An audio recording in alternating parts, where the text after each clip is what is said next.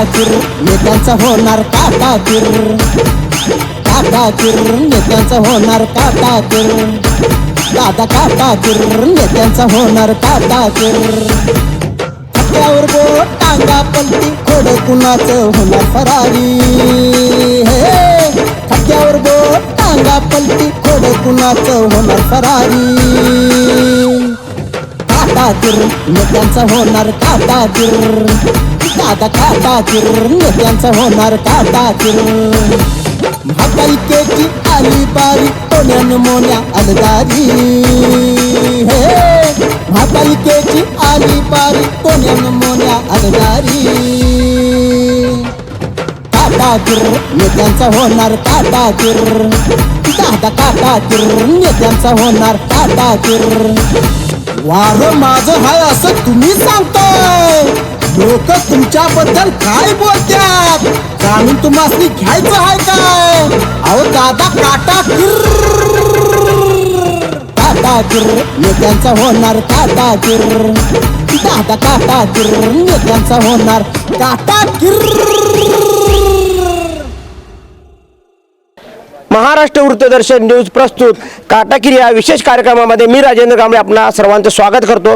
आता आपण आलेलो आहोत प्रभाग क्रमांक 7 मध्ये। इथले काही नागरिक आहेत, आपण त्यांच्याशी बातचीत करूया। दादा काय सांगाल, इथे विकास झालाय का?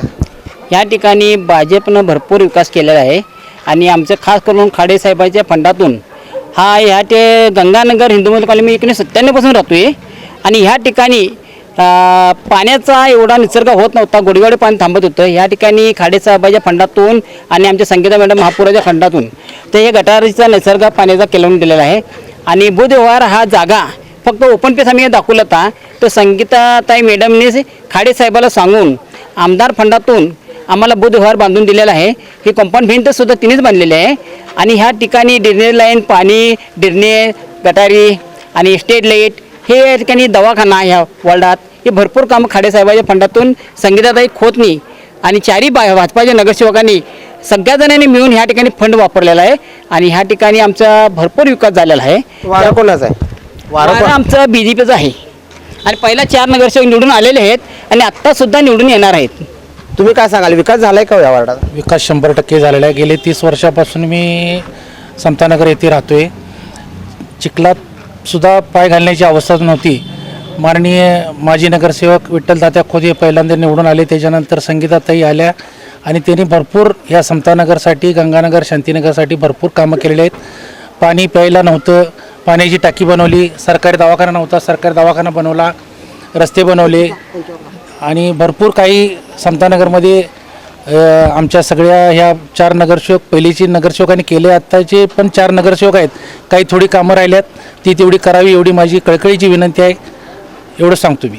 विकास झालाय म्हणते, मग विरोधक काय म्हणलेत की विकास झाला नाही, विकास झाला नाही? विरोधकाचं काम आहे विरोध बोलणे, आमचं काम आहे आमच्या लोकांचं काम करणे, ते काम करतातच। विरोधकांचं काम आहे विरोध करणे, चालायचं असंच राजकारण आहे, राजकारणात असंच राहणार। पण आज खरं परिस्थिती बघितली, बघा तुम्ही, डांबरी रस्ता आहे, परत स्ट्रीट लाईट झालेली आहे, बौद्ध विहार 2 झालेले आहेत आमच्या समतानगरमध्ये। गेल्या 25-30 वर्षापूर्वी बौद्ध विहार याचं नाव नव्हतं, पण ह्या नगरसेवकांनी पहिल्याच्या बनवलेलं आहे आणि त्यातली 2 नगरसेवक आता आहेत, परत 2 नगरसेवक नवीन घेतल्यात, पण हे पण राहिलेली कामं करतील अशी मला शक्यता वाटते। तुम्ही काय सांगाल, इथे विकास झालाय का? संपूर्ण झाला आहे। काय खोटं नाही बोलत? हे नाही बोलणार। काय झाले? रस्ते झाल्यात, ड्रेनेजची कामं, गटारीची कामं चालूच आहेत ना, झालेत कामं। वारं कोणाचं आहे? हा, वारं काय कमळाचं आहे। खरं काय? हो, गड आहे भाजपचा, काय म्हणला? भाजपचा गड आहे हा। आतापर्यंत 2009 पासून भाजप निवडून आलेले आहेत, त्यामुळे भाजप बहुमताने येणार अगदी पॅनल टू पॅनल। भाजपलाच काम निवडून आणायचं, दुसरं का नको? विकासाची कामं करते, पूर्ण काम केलेलं आहे विकासाचं इथं, त्यामुळे भाजप हा गड आहे 2009 पासून, त्यामुळं भाजप निवडून येणार, बहुमताने निवडून येणार अगदी। मागच्या वेळी 2 होते, आता 2 वाढले तिथं भाजप। नवीन लोकांना संधी दिलेली आहे, आता ते वाढवणार ना आता पुन्हा। संधी देणार हो अगदी। का काय कारण संधी देण्याचं? नवीन उमेदीचे कार्यकर्ते आहेत, त्यांना बी संधी दिली आहे नवीन लोकांना. विकास होणार म्हणून दिलेली आहे. रस्ते, हे पाण्याची टाकी, सरकारी दवाखाना, सगळी सोय केलेली आहे. त्यामुळे बहुमतानं 4 उमेदवार येणार. हा भाजपचा गड आहे, 7 नंबर प्रभाग, आणि पूर्ण बहुमतानं निवडून येणार.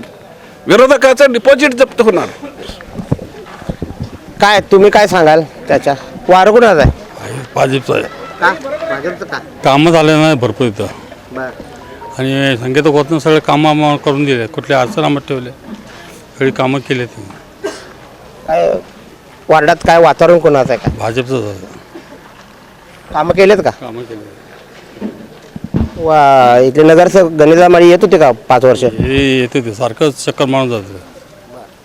कामं झाले भरपूर. तुम्ही काय सांगाल या ठिकाणी प्रभागामध्ये विकास झालाय का?